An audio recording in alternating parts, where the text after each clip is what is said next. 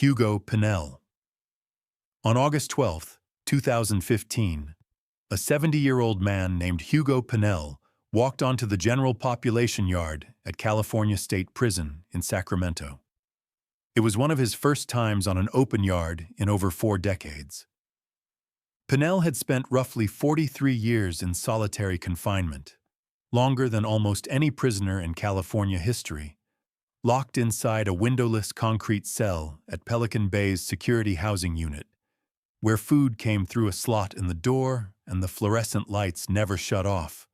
The settlement from a major federal lawsuit had finally forced the state to release him from isolation. He was moved to Sacramento, placed in general population, and given access to a yard with other inmates for the first time in decades. He was dead within 2 weeks. 2 white inmates attacked him on that yard and stabbed him to death, sparking a riot that swept through the facility and pulled in roughly 70 prisoners before guards regained control.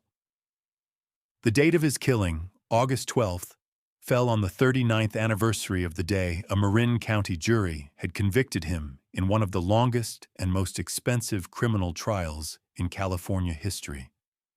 And the man who ordered the killing had signed the same peace agreement that was supposed to protect every man on that yard, a ceasefire between rival gangs that was meant to end decades of racial violence in California prisons.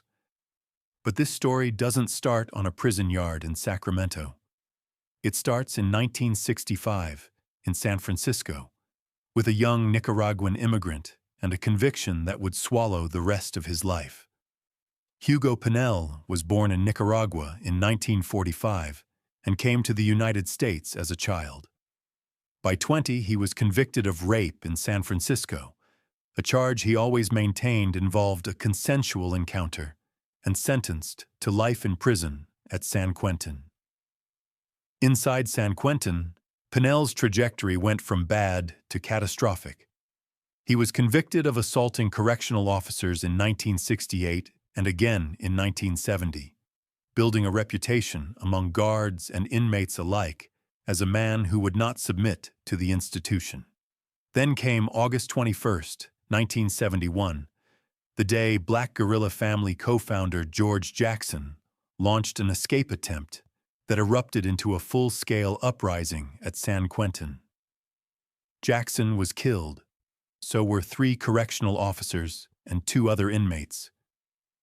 Pinel was one of 6 men charged in the aftermath, a group that became known as the San Quentin Six. The case drew national attention, turning into a flashpoint for debates about prison conditions, racial violence behind bars, and the political radicalization of incarcerated men during the civil rights era.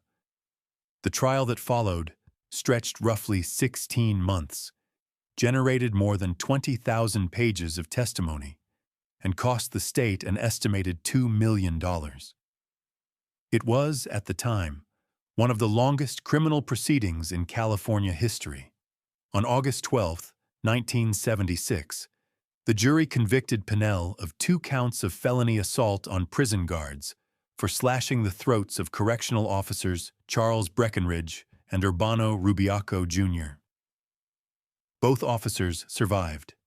Pinel received his 3rd life sentence. That conviction date, August 12th, would follow him like a shadow for the next 39 years. After the trial, Pinel was placed in solitary confinement. When Pelican Bay State Prison opened in 1989 with its purpose-built security housing unit, a concrete bunker designed to hold the most dangerous inmates in total isolation, Pinel was among the men sent there. His cell measured 8 feet by 10 feet. No windows, no phone calls, no contact visits, no programs. He was allowed roughly 90 minutes a day alone in a concrete exercise pen the prisoners called a dog run, and then he went back to his cell. He stayed there for decades. Year after year, the routine never changed. 22.5 hours in the cell, 90 minutes in the dog run, no phone calls to family, no face-to-face contact with another human being outside of the guards who escorted him in shackles. He applied for parole 9 times. He was denied every single time, most recently in January of 2009 while still at Pelican Bay. And somehow, it gets worse. By the time advocacy organizations began seriously tracking his case, Pennell was being described as the longest-held prisoner in solitary confinement in the state of California. 43 years inside a cell smaller than a parking space. His supporters within the short corridor hunger strike movement honored him as one of their fallen heroes, a symbol of what the SHU could do to a human being when the system decided it was never going to let him out. When the landmark Ashker Vias Governor of California settlement forced the state to review its entire long-term SHU population. In 2015, Pennell was among those approved for transfer. He was moved to California State Prison in Sacramento and placed in general population. After more than 4 decades of near-total isolation, he was suddenly surrounded by other inmates on an open yard. It should have been the beginning of something different. Instead, it was the end. On August 12, 2015, 2 inmates attacked Pennell on the yard and stabbed him to death. The violence spread immediately. Roughly 70 inmates were pulled into the riot that followed, and the institution went into full lockdown. His daughter, Allegra Casimir Taylor, filed a wrongful death lawsuit alleging that prison officials knew Pennell had enemies on the yard, knew he had been marked as a target, and placed him there regardless. The implication of the suit was damning. If corrections officials understood that releasing a man who had spent 43 years in isolation into general population alongside members of rival gangs was dangerous, and they did it anyway. The question becomes whether the system that was supposed to protect him after the settlement actually set him up to die. The full truth behind the killing took years to surface. In 2024, a federal jury convicted Ronald Yandel, a member of the Aryan Brotherhood, of murder in aid of racketeering for ordering Pennell's death. Yandel had reportedly offered the 2 attackers membership in the Aryan Brotherhood as payment for the killing, and was later caught on a wiretapped phone call taking credit for the hit. The men who had spent decades alongside Pennell in the SHU mourned him as a brother and a comrade. They described his 43 years of isolation as cruel and unusual punishment in the most literal sense of the phrase. He was 70 years old when he died. He had spent the majority of those years in a concrete box, and the settlement that was supposed to give him a life outside that box may have been the very thing that ended his life. Pennell did not file the lawsuit that opened the SHU doors.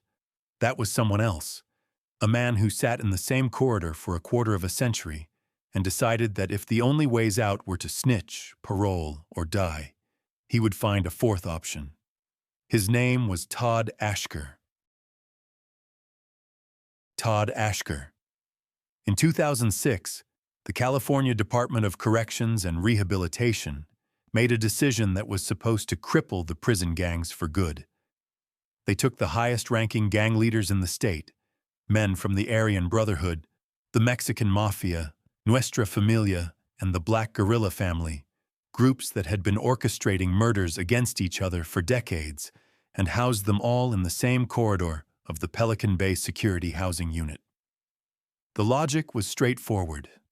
Cage the shot callers together, sever their communication networks, and the gangs would splinter from within. What nobody in Sacramento anticipated was that these men, separated by concrete walls but sharing the same hallway for years on end, would stop fighting each other and start organizing together. What came out of that corridor would become the largest prison protest in American history.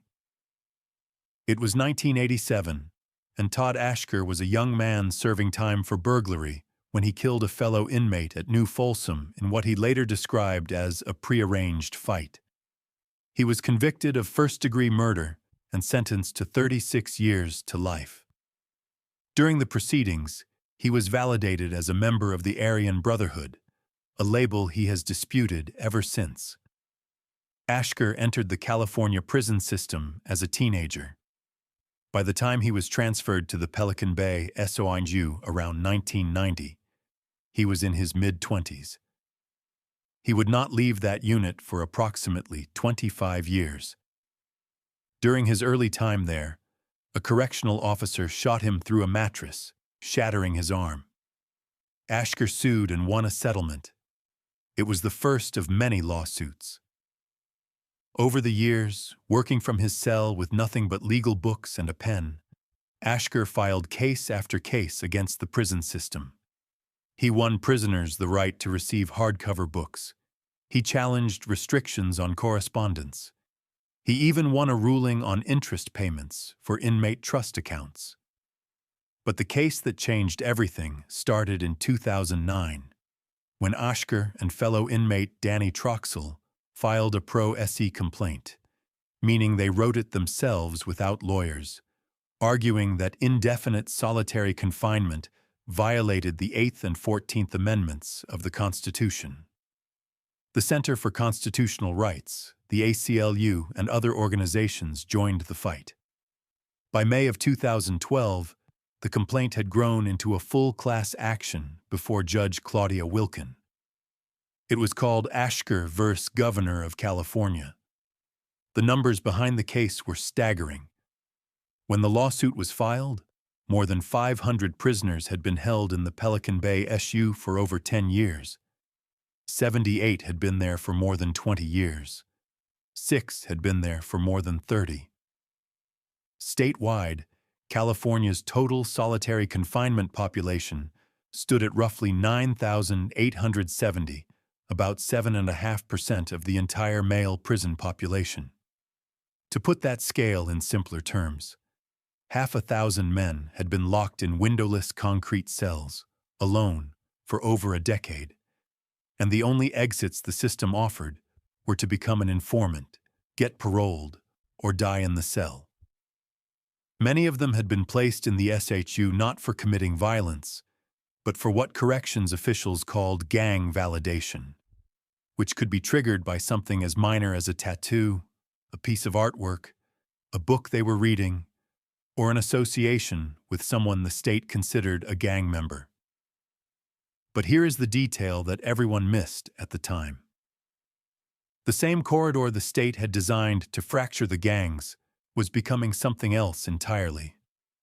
Ashker validated Aryan Brotherhood, Arturo Castellanos, Mexican Mafia, Sitawa Nantambu Jamaya, Black Guerrilla Family, Antonio Guillen, Nuestra Familia. These men represented organizations that had spent generations trying to destroy each other on prison yards across the state. Now they were neighbors. On August 12, 2012, the group issued the Agreement to End Hostilities, a formal declaration stating that beginning October 10, 2012, all hostilities between their racial groups across the SAU, administrative segregation, general population, and county jails would cease. Sworn enemies who had spent decades authorizing hits against each other agreed to lay down arms, and they did it from solitary confinement cells using notes passed under doors. The hunger strikes came next. The strikers had 5 core demands: end group punishment for individual rule violations, abolish the debriefing policy that forced men to snitch or stay in the SHU forever, comply with federal recommendations to end long-term solitary, provide adequate food, and expand programming for SHU prisoners. The first strike, in July of 2011, drew over 6,600 participants across 13 California prisons and lasted 20 days. The second, that fall, pulled in thousands more before being called off in October after 45 days. But the third strike, launched July 8, 2013, was unlike anything the state had ever seen. 30,000 prisoners refused their meals on the first day, making it the largest mass prison hunger strike in United States history. It lasted 60 days and ended only after 2 state legislators pledged to hold public hearings on SHU conditions. The settlement came on September 1st, 2015. Indefinite SHU placement based on gang affiliation was abolished. A step-down program was created so that prisoners could transition out of isolation over time. A new restricted custody general population unit was established for those considered too high risk for mainline yards, but no longer eligible for indefinite solitary. In the first year alone, the state reviewed over 1,500 prisoners, endorsed more than 1,500 of them for transfer, and moved more than 1,500 out of the SAU. At Pelican Bay specifically, the number of prisoners held in long-term solitary dropped from 513 to 2. That is a 99.6% reduction. Statewide, the total solitary confinement population fell 65%, from roughly 9,870 to about 3,471. Ashker was released to general population. After decades in a box, he described being amazed at how big the sky looked and mentioned that the sun was hot enough to give him burns, something he had not experienced in a quarter century. But his freedom did not last. Roughly 13 months after leaving the SHU, Ashker was returned to isolation. The state cited security concerns. Ashker and his legal team argued it was punishment for the lawsuit. Judge Wilkin later examined the evidence and concluded, in a finding made public in March of 2023, that the move was retaliatory, that the state of California had punished the lead plaintiff in a landmark civil rights case for exercising his constitutional right to challenge his own confinement. A federal judge put that finding on the record, in writing, for the public to read. As of 2025, Ashker was housed at a lower security California prison with a parole hearing pending. He was never charged in the federal Aryan Brotherhood RICO cases that swept up several of his former short corridor allies. He disputes being a member of the Aryan Brotherhood at all. The agreement to end hostilities was something that had never existed before. 4 gangs, decades of bloodshed, a ceasefire negotiated from solitary cells. But the roots of those gangs stretch back much further than the SHU, further than Pelican Bay, further than the hunger strikes or the lawsuits. And one of the men who built those roots was not Mexican, not black, not white in the way anyone expected. He was Croatian, and they called him Pegleg. Joe Morgan.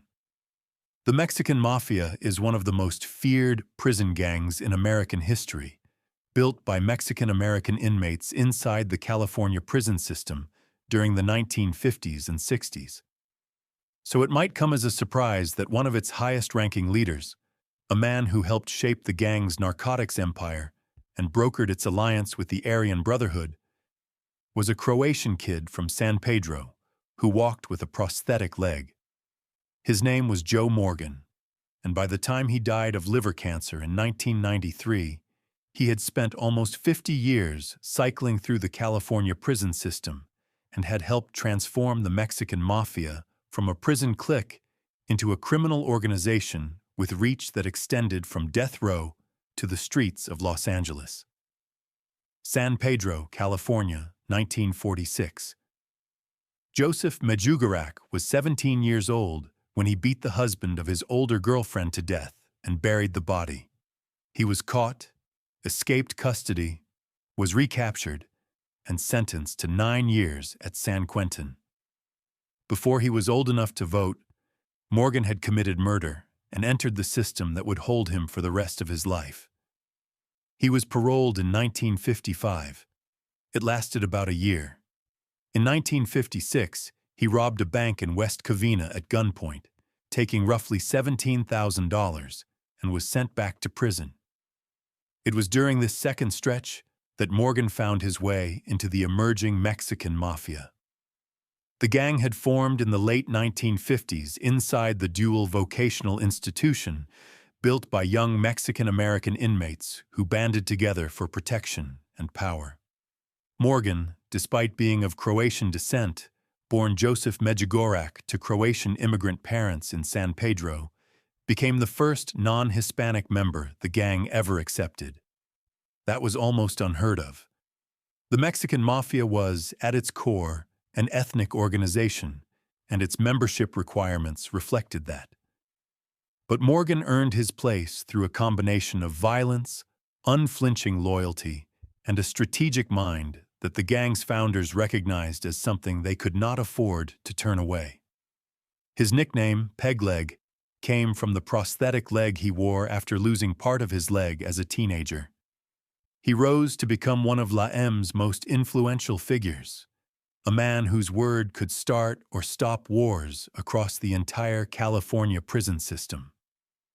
By the late 1960s, Morgan was no longer just a member. He was a power broker. His influence did not stay behind the walls.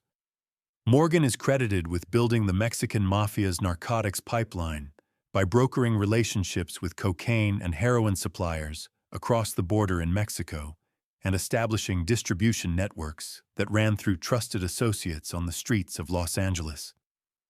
He forged an alliance between La M and the Aryan Brotherhood, uniting the two groups against a shared rival, the Black Guerrilla family, a partnership that would shape prison politics in California for the next half-century.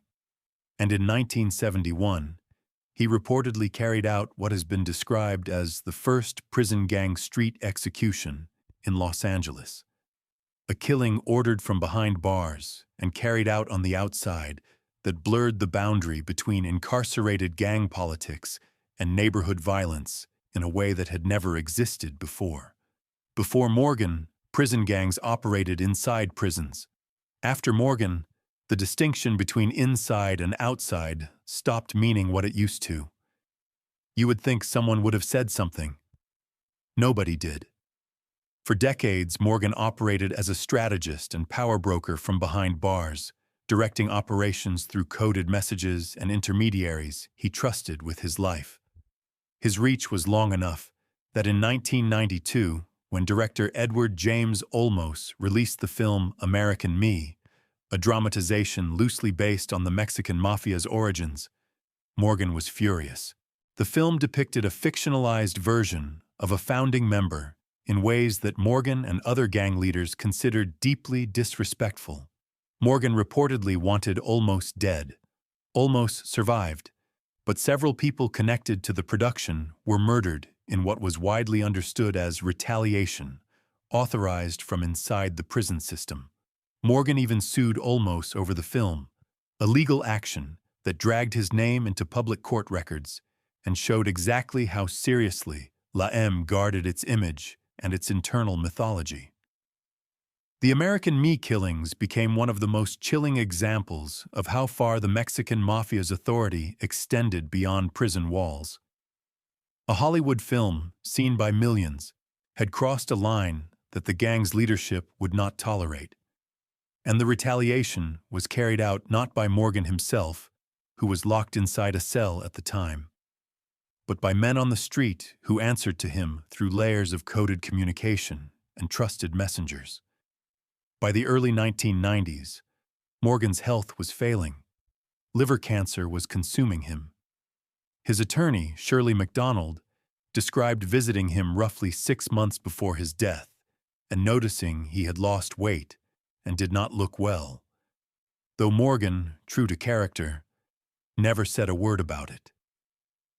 A compassionate release request was still pending when he died on November 9, 1993, at California State Prison in Corcoran. The system that had held him since he was a teenager did not let go of him until the very end. He was 64 years old. Morgan died more than 15 years before the Pelican Bay hunger strikes. He was never held in the security housing unit that became the center of California's solitary confinement battle. But his legacy shaped that story in ways that cannot be separated from it. The Mexican Mafia he helped build was one of the four gangs whose leaders would later sit in the short corridor and negotiate the agreement to end hostilities. The Aryan Brotherhood alliance he brokered was the same alliance that would eventually produce both hunger strike solidarity and federal RICO indictments. Morgan was the architect of a structure that outlived him by decades, and the men who inherited that structure spent years trying to tear it apart and rebuild it into something else entirely. He had been incarcerated, on and off, since the age of 17. Nearly 5 decades, most of them spent behind bars. A Croatian kid from San Pedro who walked into the California prison system as a teenager and never really walked out. Morgan helped build the foundation. Ashker helped tear the old system apart. But the story of what happened after the settlement, when the SHU doors actually opened and men walked out into general population for the first time in decades, belongs to someone else. A man who co-wrote the lawsuit, signed the peace treaty, and then, according to federal prosecutors, used his newfound access to run a criminal enterprise from a less restrictive cell. Danny Troxell. Danny Troxell spent approximately 23 years in the Pelican Bay Security Housing Unit. In 2009, he sat down in his cell and co-wrote by hand the pro-SE complaint that eventually became Oscar Veer's Governor of California, the lawsuit that ended indefinite solitary confinement in the state of California. He signed the agreement to end hostilities. He was, on paper, one of the architects of the most significant prison reform in a generation. Then, in 2019, federal prosecutors named him in one of the largest Aryan Brotherhood RICO indictments ever filed. According to the government, Troxell was not just a prisoner fighting for his civil rights. He was sitting on the gang's 3-man ruling commission, the body responsible for resolving internal disputes and authorizing murders, and he had been doing it from inside his SHU cell. 23 years before the indictment, long before anyone outside the legal system knew his name, Troxell was already deep into a life sentence for murder. The specific details of his original conviction, the victim, the county, the exact circumstances, are thinly documented in publicly accessible records. What is established is that he was validated as an Aryan Brotherhood member and leader, and that by 2009 he had been held continuously in the SHU since approximately the mid-1980s. Isolation did not stop him from operating. According to federal prosecutors, Troxell functioned as 1/3 of the Aryan Brotherhood's commission, alongside Ronald Yandel and Edgar Hevlin. The commission served as the gang's supreme authority, settling disputes and authorizing violence.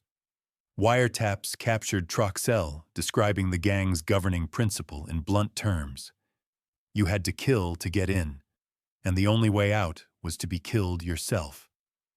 That was the Aryan Brotherhood's constitution, and Troxell, prosecutors alleged, helped enforce it for years.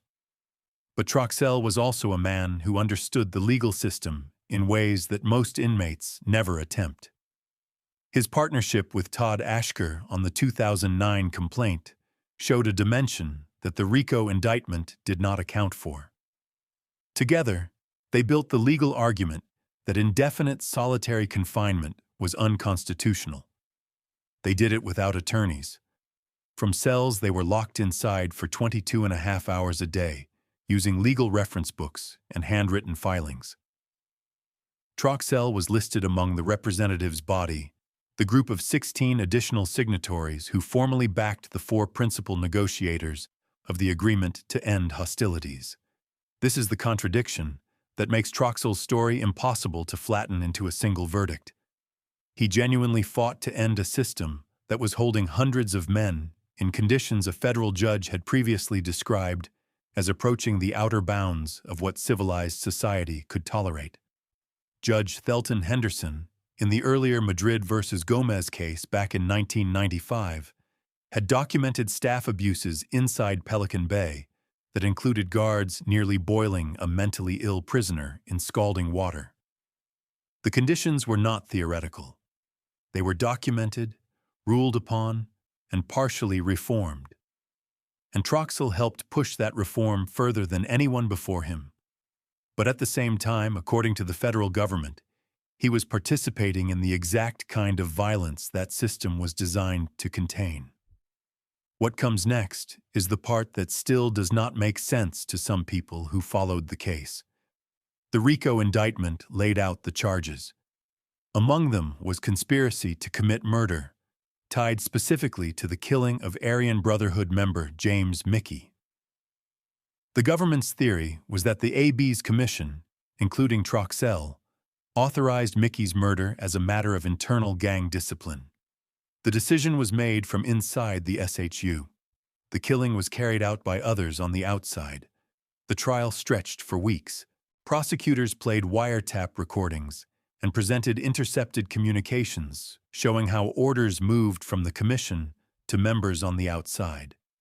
The government argued that even inside the most restrictive housing unit in California, the Aryan Brotherhood's leadership found ways to maintain command and control, using coded language in letters, passing instructions through intermediaries during legal visits, and later, after the settlement moved them to less restrictive housing, using smuggled cell phones to coordinate directly. In April of 2024, a jury convicted Troxell of RICO conspiracy and conspiracy to commit murder. He was the final defendant sentenced in the case, receiving a life sentence in February of 2025. That is not a typo, by the way. The man who co-authored a legal complaint seeking freedom from life in a concrete box was sentenced once again to life in prison, this time in the federal system. Federal prosecutors made an argument that went beyond Troxell as an individual. They argued that the Oshkosh settlement itself, the very reform that Troxell had helped create, was what allowed the Aryan Brotherhood to regroup. When the SAU doors opened and men were moved to less restrictive housing, gang leaders gained access to contraband cell phones, face-to-face contact with other inmates, and communication channels that the SHU had denied them for decades. In the government's telling, the reform that was supposed to end the cycle of isolation became the catalyst for a new wave of organized crime. Civil rights organizations see it differently. They argue that the RICO prosecutions were retaliation for the hunger strikes and the lawsuit, that the government targeted reform leaders precisely because they had embarrassed the corrections system on a national stage. One of Yandel's co-defendants pointed to an email from a DEA agent who wrote that he wanted to crush the target so badly his teeth hurt, language that defense attorneys held up as evidence of a vendetta rather than a neutral investigation. Federal prosecutors counter that the evidence, the wiretaps, the murder orders, the drug trafficking networks, speaks for itself. The Ninth Circuit, in August of 2023, ended court monitoring of the Oshkosh settlement entirely, removing the judicial oversight that had been checking the state's compliance with solitary confinement reform. The doors were open, and the referees had left the building. Troxell is currently expected to transfer from state custody to the Federal Bureau of Prisons to serve his sentence. He is 72 years old. He has been incarcerated for the better part of 4 decades.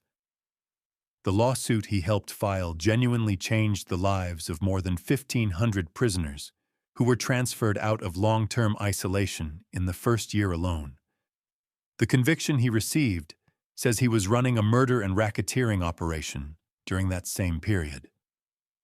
Both of those things appear to be true, and that is what makes this story so difficult to close the book on.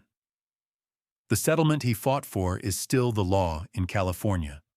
The murders he is convicted of ordering are still on the record.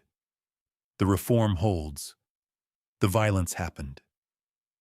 And nobody has figured out how to reconcile those two facts into a single clean narrative. Because maybe there is not one. If you're watching this far into the video and you haven't subscribed, Now is the time. It helps the channel grow, and you won't miss what comes next. Arturo Castellanos. In 1979, Arturo Castellanos walked into the Lettuce Patch Lounge in San Bernardino on New Year's and walked out with blood on his hands. A fight had broken out at the bar, and by the time it was over, Castellanos had stabbed multiple people, including cutting the throat of the bar's owner, Tito Lechuga. Lechuga died. Castellanos was convicted of murder and sentenced to life in prison. He was never getting out. But what made Castellanos different from every other lifer in the California system was what he did from inside his cell. According to federal prosecutors and investigative reports that spanned years of surveillance, Castellanos did not stop running his world when the cell door closed. He expanded it. From an 8 by 10-foot concrete box at Pelican Bay, using handwritten notes smuggled out of the security housing unit on scraps of paper the prisoners called kites, he allegedly controlled the entire Florencia 13 street gang in South Los Angeles, one of the largest and most violent Latino gangs in the city, with a membership that law enforcement estimated in the thousands. He wrote their rules. He taxed their drug sales. He settled internal disputes through written orders that carried the weight of death sentences. And when he decided a rival neighborhood needed to be attacked, the orders went out from a windowless cell near the Oregon border and were carried out on street corners in South LA. That was 1990. Castellanos would not leave the Pelican Bay SU for the next 25 years. Nobody outside law enforcement was paying attention to Castellanos during those early years. He was one of hundreds of men validated as a Mexican mafia member and buried inside the SHU, invisible to the public and by design cut off from the world. But inside the system, his influence was enormous. Federal investigators and reporting from KQED and the Los Angeles Times described Castellanos as the undisputed leader of Florencia 13, a man who governed the gang through a written set of rules he called reglas. The reglas covered everything from drug taxation to how members should conduct themselves on the street to when and how violence should be used. They were not suggestions. They were directives, and violating them carried consequences that could include death. And no, that is not an exaggeration. A man locked inside solitary confinement, denied phone calls, denied contact visits, denied virtually every form of communication the prison system could control, was allegedly writing a constitution for a street gang operating 200 miles to the south and enforcing it through intermediaries who carried his word like scripture. The kites were the key. Small, folded notes, often passed hand to hand through a chain of inmates, visitors, and associates, carried Castellanos' orders from Pelican Bay to the streets of South Los Angeles. The system was analog, slow by modern standards, but remarkably effective. Federal investigators traced the chain of communication across multiple facilities and through layers of intermediaries, documenting how a single order written in a SHU cell could reach a street corner in Watts or Florence within days. According to federal racketeering cases brought in 2007 and 2008, those orders included directives to attack members of the East Coast Crips, a black gang whose territory bordered Florencia 13's turf. Prosecutors alleged that the attacks were not surgical. They were indiscriminate. Black and Latino residents who had no gang affiliation whatsoever were shot in what amounted to a territorial campaign of violence, authorized from a solitary confinement cell. The victims included people whose only connection to the conflict was living in the wrong neighborhood. Castellanos was named in federal indictments as a Mexican mafia leader and as Florencia 13's controlling authority, though in some proceedings he appeared as an unindicted co-conspirator rather than a named defendant. He dismissed the characterizations as a setup and called Florencia 13 his old childhood street gang. language that prosecutors found difficult to reconcile with the volume of intercepted communications bearing his name. It is worth noting that Castellanos was not the only member of his family embedded in the Mexican mafia. His brother, Braulio Castellanos, known as Babo, has served a life sentence since 1988 for 2 counts of second-degree murder. The Castellanos brothers represented a family whose entanglement with La M was generational, rooted in the same neighborhoods and the same system that had produced the gang in the first place. But Arturo Castellanos was not only a gang leader. He was also one of the 4 principal negotiators of the agreement to end hostilities and a class representative in the Ashker lawsuit. When the Short Corridor Collective came together in 2006, Castellanos sat at the table alongside Todd Ashker, Sitawa Nantambu Jamaya, and Antonio Guillen, representing the Mexican mafia's interests in a ceasefire that was supposed to end decades of racial violence in California's prisons. He signed the agreement. He participated in the hunger strikes. He was listed as a named representative in the Ashker settlement proceedings, a status the Ninth Circuit reaffirmed as recently as 2023. This decision, to sit across from men whose organizations had been at war with his for a generation and agree to peace, seemed small at the time. It was not. Whatever Castellanos had done from his cell, and whatever prosecutors alleged he continued to do, his participation in the agreement was one of the reasons the ceasefire held. The Mexican mafia's buy-in mattered. Without it, the agreement to end hostilities would have been a piece of paper with 3 signatures and a gap where the 4th should have been. Under the 2015 settlement, Castellanos was transferred out of the Pelican Bay SIU. He continues to serve his life sentence in CDCR custody. He has been incarcerated since 1979. That is more than 45 years behind bars, 25 of them in solitary confinement in a cell where he was denied phone calls, denied face-to-face contact with anyone outside of guards, and denied access to any program or activity that might have resembled ordinary human interaction. The street gang he allegedly controlled from that concrete box is still active in South Los Angeles. The peace agreement he helped negotiate is still in effect across California's prison system. And the question of whether a man can be both a gang shot caller directing violence against civilians and a legitimate participant in a civil rights settlement remains one that nobody involved in this story has been able to answer cleanly. Castellanos represented the Mexican mafia at the negotiating table. He brought with him the weight of a gang whose influence extended from the SHUU to the barrios of East and South Los Angeles, and whose buy-in was essential for any ceasefire to hold. Sitting beside him, representing Nuestra Familia, the Mexican mafia's historic rival in the Northern California prison system, was a man law enforcement described as the most senior Norteño leader in the California prison system. His name was Antonio Guillen, and his story ended in a federal courtroom.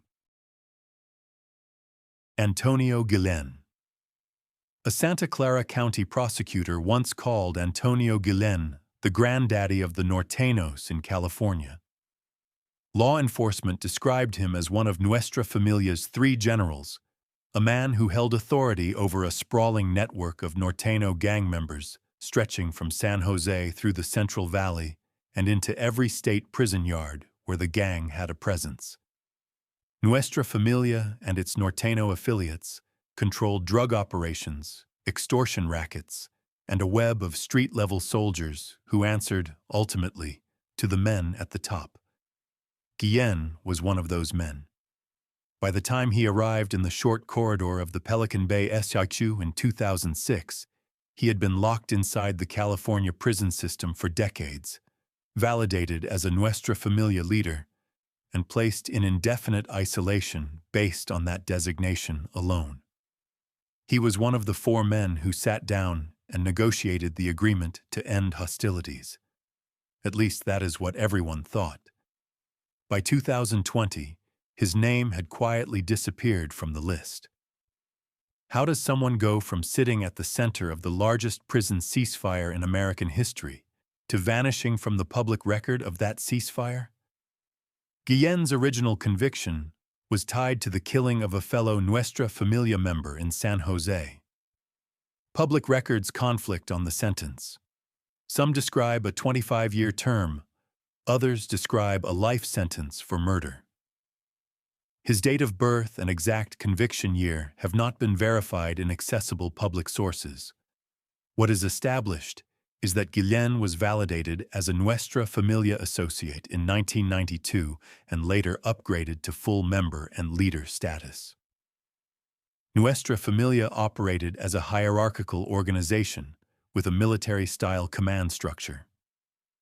Its generals sat at the top, directing operations across both the prison system and the streets of Northern California, where the gang's Norteño affiliates carried out drug trafficking, extortion, and violence.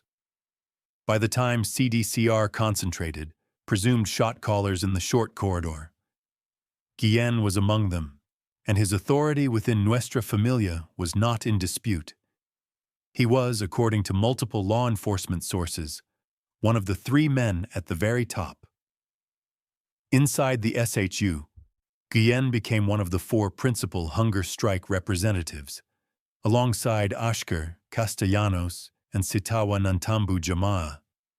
He helped coordinate the strikes that pulled in over 30,000 participants at their peak. When CDCR wrote him up for inciting a mass disturbance in response to his organizing work, Guillen fought the charge through a habeas petition before Del Norte County Judge William Follett, arguing that the hunger strikes were a constitutionally protected form of protest. He identified himself in a 2014 letter to the San Francisco Bay View newspaper as one of the hunger strike representatives from Pelican Bay State Prison, writing that he stood with the working-class people of America. It was, by any standard, a remarkable piece of political communication from a man the state considered one of the most dangerous gang leaders in its custody. But Guillen was not done yet, not even close. While the Oscar settlement was being negotiated and implemented, and while Guillen was publicly identified as one of the faces of prison reform in California, federal investigators were quietly building a racketeering case against Nuestra Familia's leadership. The case, filed in the Northern District of California, alleged that Guillen had continued to function as a high-ranking member of the gang throughout the entire period of his activism, that the hunger strikes and the peace agreement had not changed his role within the organization. Prosecutors presented evidence of murder conspiracies and attempted murders tied to Guillen's position within Nuestra Familia, arguing that his participation in the reform movement did not reflect a change in character, but rather a parallel track that coexisted with ongoing criminal activity.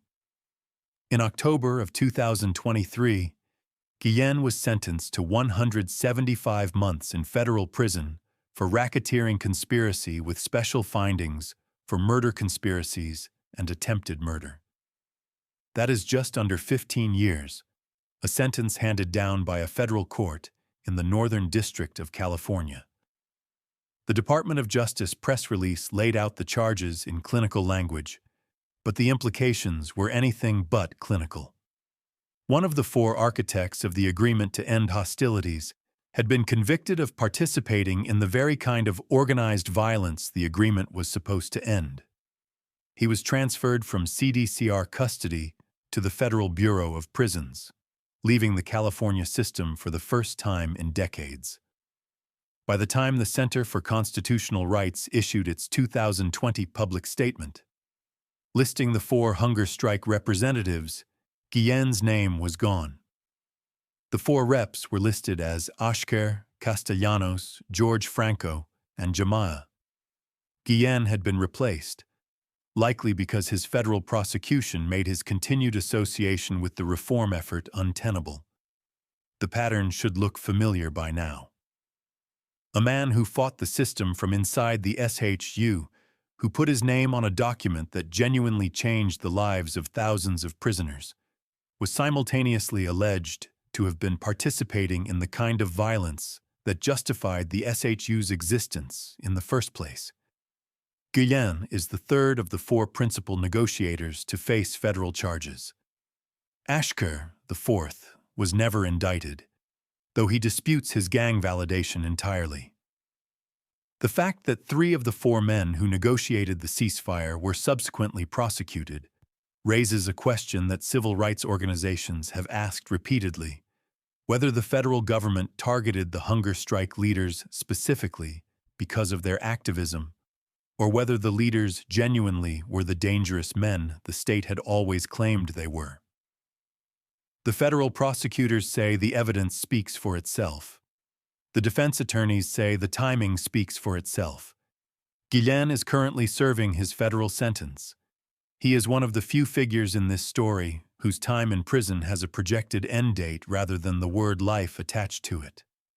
Whether he will still be alive when that date arrives is another question entirely. He negotiated peace. He organized strikes. He was convicted of racketeering with murder findings, and the ceasefire he helped build outlasted his freedom by years. The men who signed the agreement to end hostilities believed it would save lives, and the statistical evidence compiled by the Center for Constitutional Rights suggests it did. The number of prisoners in long-term solitary dropped by more than 99% at Pelican Bay in the first year after the settlement. More than 1,500 men were moved out of isolation statewide. But the agreement had a cost that nobody announced at the signing. When the SHU doors opened and men moved to less restrictive housing, one of them used the access to run a drug operation, order murders, and settle an old score with a man who had spent 43 years in a box. Ronald Yandel. If you have been watching this video from the beginning, you already know how this story ends. Hugo Pennell, the man who spent 43 years in solitary confinement, was stabbed to death on a prison yard in 2015, roughly 2 weeks after being released from isolation under the Ashker settlement. The man who ordered that killing was Ronald Yandel, but the full scope of what Yandel did after leaving the SHU and what prosecutors say he was doing while still inside it goes far beyond a single murder. Yandel's path into the system started with drugs. In the 1990s, while serving a federal sentence for methamphetamine trafficking, he joined the Aryan Brotherhood inside the federal prison system. Shortly after his release in 2001, he committed a double homicide in El Sobrante, a small community in Contra Costa County east of San Francisco. 2 people were killed. Yandel was convicted of murder and manslaughter in 2004 and sentenced to 65 years to life in state prison. He was sent to Pelican Bay, placed in the SAU, and that is where he sat for years, eventually signing the agreement to end hostilities as a member of the representatives body, the 16 additional signatories who backed the 4 principal negotiators. Yandel's name appeared on a peace treaty. Federal prosecutors would later argue that the peace was always a means to an end. When the Ashker settlement moved Yandel to less restrictive housing at California State Prison in Sacramento, he was placed in a cell with fellow Aryan Brotherhood member William Sylvester. According to federal filings, the 2 men immediately began exploiting their new access. Using contraband cell phones smuggled into the facility, they built a heroin and methamphetamine trafficking operation that extended beyond the prison walls. Yandel coordinated drug shipments, managed distribution networks, and directed violence on behalf of the AB, all from a cell that was supposed to represent the state's reformed approach to housing former SHU inmates. Prosecutors alleged that Yandel sat on the Aryan Brotherhood's 3-man commission alongside Danny Troxell and Edgar Hevley, the same ruling body responsible for authorizing murders and resolving internal disputes across the gang's entire membership. Federal filings made the connection between the Ashker settlement and Yandel's crimes explicit. Prosecutors described Yandel as a direct beneficiary of the settlement, arguing that the reform gave him exactly the access he needed to rebuild the Aryan Brotherhood's operational capacity. The SHU had denied him phone calls, face-to-face contact with other inmates, and any real ability to coordinate. The settlement removed those barriers, and the timing of what happened next was almost too perfect to be coincidence. On August 12, 2015, roughly 2 weeks after Peniel was transferred to general population at the same Sacramento prison, 2 inmates attacked Peniel on the yard and killed him. The attack was sudden and coordinated. It triggered a riot involving roughly 70 inmates before correctional officers regained control and locked down the entire facility. Yandel had offered the attackers membership in the Aryan Brotherhood in exchange for carrying out the hit, a transaction that reduced a man's life to a gang initiation requirement. The killing of a black guerrilla family figure by white inmates on a yard that was supposed to be governed by the agreement to end hostilities was a direct and deliberate violation of the ceasefire that Yandel himself had signed 3 years earlier. Yandel was later caught on a wiretapped phone call boasting about Peniel's death. The trial lasted 9 weeks before Chief United States District Judge Kimberly Mueller in the Eastern District of California. Prosecutors presented wiretap recordings, intercepted communications, and testimony from cooperating witnesses that painted a picture of an organization that had used the post-settlement environment to reassemble its command structure. The government's case was built on the argument that the Aryan Brotherhood had treated the Ashker settlement not as a chance at redemption, but as an operational opportunity. In April of 2024, the jury convicted Yandel of murder in aid of racketeering for Peniel's killing, RICO conspiracy, 5 counts of conspiracy to murder, and multiple drug charges. The verdict took the jury less time than the prosecution had spent presenting its case. In December of 2024, Yandel was sentenced to 2 consecutive life terms. At sentencing, Yandel addressed the court directly. He claimed that the California Department of Corrections and Rehabilitation and others had conspired to suppress the truth about what happened in the SLU, and that the hunger strike leaders had been targeted for prosecution the moment they left isolation. He pointed to an email from a DEA agent involved in the investigation who had written that he wanted to crush the targets so badly his teeth hurt. Language Yandel held up as proof that the investigation was driven by a personal vendetta rather than a neutral pursuit of justice. He insisted that the peace treaty he had signed had saved countless lives across the California prison system, and that whatever the government alleged he had done afterward did not erase that fact. The judge was not persuaded. Yandel received 2 consecutive life sentences. The court's finding was clear. The peace agreement did not immunize its signatories from accountability for the violence they committed after signing it. He is currently expected to transfer to federal custody. He was also investigated for allegedly pulling an improvised weapon on correctional officers during a medical transport in 2024, an incident that, if substantiated, would be consistent with a man who has shown no indication of stepping away from the life that put him in prison in the first place. He is 62 years old, serving 2 consecutive life sentences, with no realistic prospect of ever leaving federal custody alive. Yandel signed a peace agreement that called for an end to racial violence across California's prison system. He ordered the murder of a man whose entire adult life had been consumed by that system. The peace treaty and the murder order came from the same hand, and the settlement that freed both men from the SAU is the thread that connects one to the other. The SU held gang leaders, litigators, shot callers, and men whose violence was a matter of public record. But it also held writers, men whose influence came not from orders passed on kites or wiretapped phone calls, but from words put on paper and published for the world to read. One of those men wrote a book that sold hundreds of thousands of copies, became required reading in college courses on urban violence, and turned its author into one of the most recognized gang members in American history. He wrote it by hand, from a cell at Pelican Bay. Sanyika Shakur.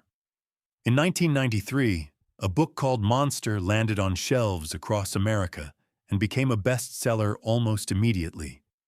It was the autobiography of Cody Scott, a member of the 8-Tray gangster Crips in South Los Angeles, and it told the story of his life in the gang with a level of detail and narrative skill that caught the publishing world off guard. The book was not ghostwritten. It was not dictated. Cody Scott wrote it almost entirely by hand, from a solitary confinement cell at Pelican Bay State Prison. 28 years later, the man who wrote it was found dead in a tent at a homeless encampment in Oceanside, California. He was 57 years old. Cody DeJohn Scott was born on November 13, 1963, in Los Angeles. He grew up in South Central, in the territory of the 8-Tray gangster Crips, and was initiated into the gang at the age of 11. Around the age of 13, he beat and stomped a robbery victim so severely that the victim was left disfigured. Police who responded to the scene reportedly described the attacker as a monster, and the name followed Scott for the rest of his life. His first arrest came at 14. By the time he entered the adult prison system, he had already built a reputation for violence that preceded him into every facility he entered. Scott cycled through the California system repeatedly. Robbery, assault, grand theft auto. During a stint at San Quentin beginning in 1986, he encountered the Republic of New Africa movement, a black nationalist political organization that had been active in prisons since the 1960s and had deep roots in the same radical tradition that produced the Black Guerrilla family. The encounter changed him. He converted, joined the movement, and changed his name to Sanyika Shakur. The transformation did not happen overnight, and it did not erase his past or his capacity for violence. But it gave him a framework for understanding the world he had grown up in, a lens through which gang life, poverty, policing, and incarceration were connected to larger systems of racial and economic oppression. And it gave him something to write about. When Shakur was placed in the Pelican Bay SU on an indeterminate term beginning around 1989, he began writing. The cell was 8 feet by 10 feet. He had no typewriter, no computer, no desk. He wrote by hand, page after page, in a cell where the lights stayed on around the clock and the only break from the walls was 90 minutes alone in a concrete exercise pen. The result was Monster, the autobiography of an LA gang member, published by Atlantic Monthly Press in 1993. The book was raw, detailed, and unflinching. It described life inside the Crips with an insider's specificity and a writer's instinct for narrative pacing that reviewers noted was unusual for a first-time author writing from solitary confinement. It became one of the most widely read accounts of gang life ever published, assigned in college courses on urban sociology, criminology, and African American studies, and referenced in academic work on urban violence across the country. It sold hundreds of thousands of copies. Shakur went on to write a novel called Thuglife, published in 2008, and an essay collection titled Stand Up, Struggle Forward: New African Revolutionary Writings on Nation, Class, and Patriarchy, published in 2013. He befriended Tupac Shakur in the 1990s, a connection that placed him at the intersection of gang culture, hip-hop, and the black radical tradition in ways that few other figures in American public life occupied. The friendship with Tupac amplified his visibility at a moment when the lines between street life, political consciousness, and entertainment were being redrawn in real time. But the writing did not keep him out of prison. The cycle that had defined Shakur's life before the book continued after it. He was released in 1988, then arrested again in 1991 for assault and grand theft auto. In May of 2008, more than a decade after Monster had made him a literary figure, he pleaded no contest to carjacking and robbery in what amounted to the kind of street crime the book had described in detail, and received a 6-year sentence. He was released from Pelican Bay in August of 2012, just weeks after the Short Corridor Collective issued the agreement to end hostilities. He returned to prison in July of 2017 on a San Diego County assault conviction and was held at Centinela and then Solano before being paroled again. Each time Shakur left prison, he left with his reputation and nothing else. No stable housing, no sustained employment, no support system equipped to bridge the gap between the man who had written a best-selling book and the man who kept ending up back inside. The literary world had moved on to the next voice, and the communities he returned to had not changed in the ways that would have made his survival easier. Shakur was not a formal member of the Short Corridor negotiating body. He was not one of the 4 principal representatives and did not sign the agreement to end hostilities. But he occupied a place in the same political ecosystem that produced the hunger strikes, a world of politicized prisoners who read radical texts, wrote political essays, and saw their incarceration as part of a larger struggle.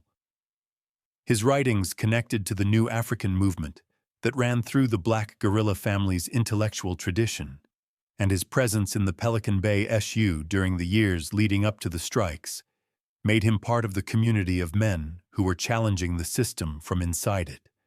He was not an organizer in the way that Ashker or Castellanos were organizers. He was a chronicler, a man who turned the experience of solitary confinement and gang life into literature that reached an audience the other men in the SU could never have accessed on their own. His final years were difficult. After his last release from prison, Shakur did not find the stability that his literary reputation might have suggested was waiting for him. The publishing industry had moved on. The academic interest in his work continued, but academic interest does not pay rent. He struggled with the same cycle that had defined his entire adult life, a pattern of incarceration and release that left him with no foundation on the outside and no community equipped to receive him. On June 6th or 7th, 2021, Sanyika Shakur was found dead inside a tent at a homeless encampment in Oceanside, California. He was 57 years old. The cause of death was initially undetermined, later reported as a possible stroke or natural causes. The man who wrote one of the best-selling gang memoirs in American history, whose book was taught in universities and referenced by scholars and policymakers, whose name was known to millions of readers and whose story had been optioned for film adaptation, died alone in a tent on a strip of dirt by the side of a road in a Southern California beach town. He had been incarcerated on and off since his early teens. The system that held him for decades never rehabilitated him, and the world that published his book, reviewed it in the New York Times, and assigned it to undergraduates never caught him when he fell. Sanyika Shakur spent much of his adult life behind bars, including years in the Pelican Bay SHU. His book remains in print. Thanks for watching. Click here to see our next video.